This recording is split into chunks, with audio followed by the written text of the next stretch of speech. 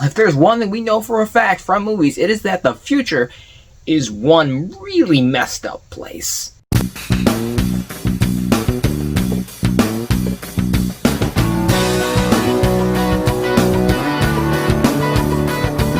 Arcadian was directed by Benjamin Brewer. The film stars Nicolas Cage, Maxwell Jenkins, Jaden Martell, and Sadie Silverell. In this film, when the world is an uninhabitable wasteland due to pollution and events caused by humans, a family of a father and his two sons struggle for survival when at night all creatures come out in search of souls, while one of the sons finds himself entangled with a woman that he loves, which could endanger everyone. I feel like at this point we've had so many movies in the style or akin to this kind of film where we have these particular beats that at this point we have ideas when we go in, we have perceptions, and we know there will be certain tropes.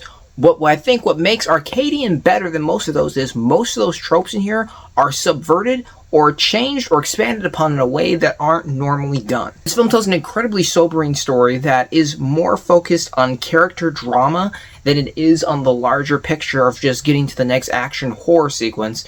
And it does it in a way that feels interesting and feels like it's developing. It doesn't just have the stereotypical things. While it does have things that we've seen before, it finds ways to be creative and new and really balance the dynamic between this father and his two sons. And you really get the perspective from all three sides here without anyone coming across as douchey or possibly the bad guy to say. Everybody has their own reasonings and logic. And even if it does cause problems or it does seem in the moment like it's wrong, a lot of times we get to see when these things play out how very different and sometimes right some people are. The film quite wisely also is sparing in its use of showing certain imagery until the right time. This movie picks up primarily in the second act. That's when the quote-unquote action starts, but everything leading up to them is still really, really good. But that's when it begins to show you things. And it takes a lot of time building up what this is and the horror involved and really getting some world building without feeling heavy-handed or like a bunch of expositions being spouted at you. Nicolas Cage gives a very subtle performance in here. It's far lower key in here.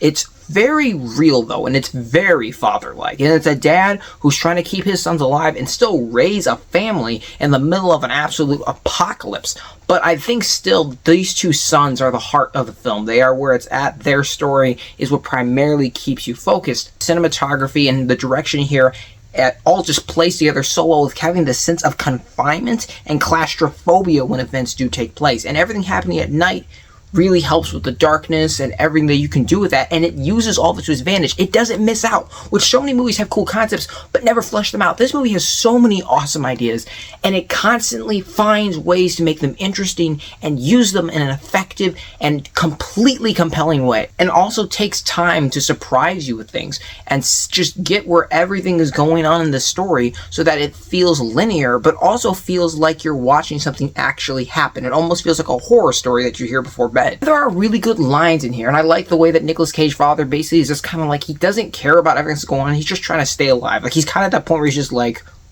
love, yuck. But everything in here works. Everything in here feels right.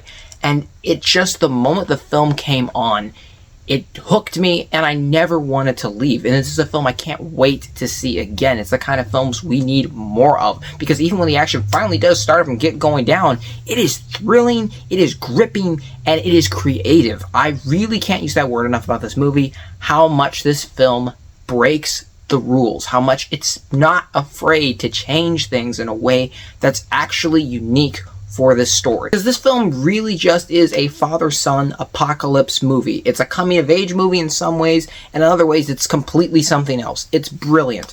The only real issues I have with the film is I do wish that we got a bigger sense of what the world was like. It's very small in here, and while the world building is good, it doesn't do a good job in setting everything up perfectly. And I do think that the film, at the beginning of the third act, has a feeling of disjointedness, as if the story takes a massive shift at one point, like maybe something was cut out or missing in there. But other than that, the film is completely well structured. It's brilliant. This is a film I definitely recommend. If you are going to go see one film this week, watch Arcadian. It is brilliant, it is violent, it is intense, and is exactly the kind of films we need to be experiencing in a big screen and really getting immersed in. I'm going to give Arcadian a 9 out of 10. So thank you guys so much for watching. I appreciate you, and I will see you all next time.